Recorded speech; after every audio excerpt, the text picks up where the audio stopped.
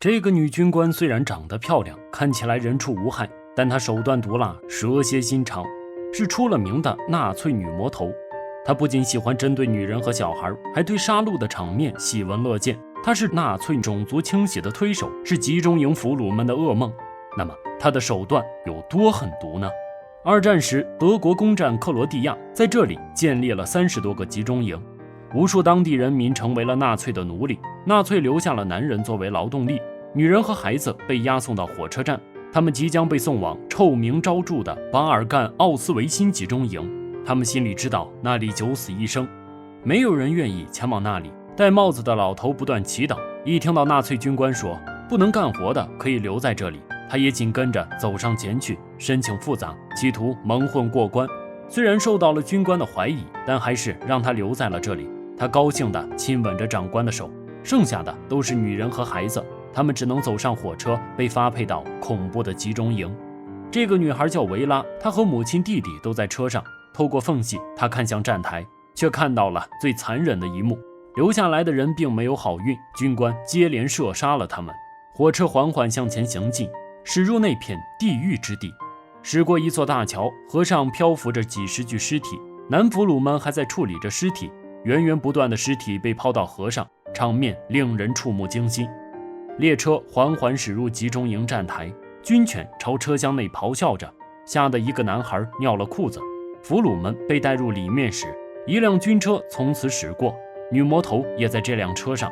她有个别样的称号——曼陀罗。曼陀罗的花语为无法预知的死亡，这与她的身份极为匹配。纳粹军官们依次为俘虏进行登记，要求他们交出所有宝贝。军官正在搜老妇人的身，本来没有发现什么。女魔头说试试搜她的围巾，拿掉围巾，果然搜出了首饰。她央求道：“那是祖传的，拜托军官不要带走。”军官直接拔枪打死了她。所有俘虏登记完成后，他们入住了潮湿阴冷的洞穴。刚入洞穴，就有一妇女临盆，她躺在地上痛苦不堪，在众人的协助下，费了半天劲儿才生下来。结果孩子未出生就死了。纳粹军官们正享受着晚宴，女魔头调戏起了年轻的军官。饭后之余，他们开始了小游戏，一群俘虏围成一圈抢凳子，军官一摆手，抢不到凳子的人就得死。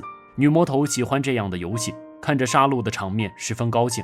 后来军官让俘虏越跑越快，随着一阵交响乐的手势，所有军官一拥而上，他们用匕首、锤子、剪刀杀人，手段无所不用其极，所有俘虏都被尽数杀光。游戏结束后，军官听出弹琴的俘虏出了错，直接拉过来割喉处死。这天，孩子们在广场踢足球，突然军官踩住球，让他们聚集。15岁以上的男孩去一边，女人和小孩则要登上卡车。一个女人不愿和孩子分离，直接被军官双双枪毙。女魔头看得很是起劲儿，满意的晃了晃头。男人们在河边挖出一个殉坑，堆积了无数女人和孩子的尸体，这可能就是等待他们的命运。女人和孩子被带到了另一个地点，女魔头从中巡视了一圈，强行带走了一个男孩。女人和孩子被带进了小屋，女魔头又带人过来巡场，拉走了所有成年的女人。女人们被派去做农活，喂猪。吃饭时间，大家纷纷抢食。军官一看饭根本不够分，直接冲着一群人一通扫射，几个腿脚慢的妇人直接中弹倒地。这时维拉十分勇敢，为了饿肚子而啼哭的弟弟，他捡起尸体手中的碗过去盛饭，可这点饭根本不够分的，大家只能一人一口。这天2个女人正在打玉米，一个女人偷偷藏了一根，监工察觉异常，叫她干快一点。后来经过搜查，果然搜索出了藏在身上的玉米。妇女用眼神恳求监工放过，说她这是为了孩子们。没想到监工直接拿出了玉米，妇人被一枪托打倒在地，被军官一顿脚踢打了个半死。女魔头又召集了女人们，要把这些女人带到德国。一个女人不愿离开孩子，被女军官直接一枪干掉。杀鸡儆猴，女人们只能乖乖上车。医院由女魔头全权负责，为了不让活口出去，她拦住搬运尸体的担架，用棍子戳了戳，验了验，发现有个孩子是活的，斥责年轻军官查得不够仔细。当问他是否需要送回去时，他说不用，埋得深点就行了。屋内，修女正给孩子们洗脑，宣传着纳粹的一些思想，教他们演唱纳粹的歌曲。军官过来检查教学成果，孩子们积极附和响应，宛若新生的小纳粹一般。军官还是带走了10名男孩。这天，女魔头来到小屋内，想带孩子们去医院。医院可不是个好地方，所以想生存必须健康。女魔头想带走维拉的弟弟，维拉主动申请干活，才留了下来。第二天，女恶魔再次闯入，直接叫人带走了维拉的弟弟。维拉失去了唯一的亲人，每天过得郁郁寡欢。一辆卡车驶入殉葬场，里面全是女人和孩子尸体。一个男人激动地冲上去，想看看孩子是否还活着。这天，维拉想偷点玉米粒，直接被妈妈拦了下来。妈妈让维拉保住自己的命。监工远远看着这一切，这次却保持了良知，装作没看到。女恶魔召集女人们上了前往德国的卡车。此后，维拉只能靠自己活下来，还要照顾襁褓中的弟弟。维拉试图去医院看望弟弟，他和一个女人偷偷潜入，里面哀嚎不断，卫生极差，苍蝇在旁边不断的盘旋。维拉给他留下了一个苹果。这天，维拉正在喂猪，监工跑过来问他医院的情况。维拉谨记母亲的教诲，直接叫他离远一点。在纳粹主义的洗礼下，孩子们思想一天天变化着。被带走的10个男孩甚至穿上了纳粹的军装。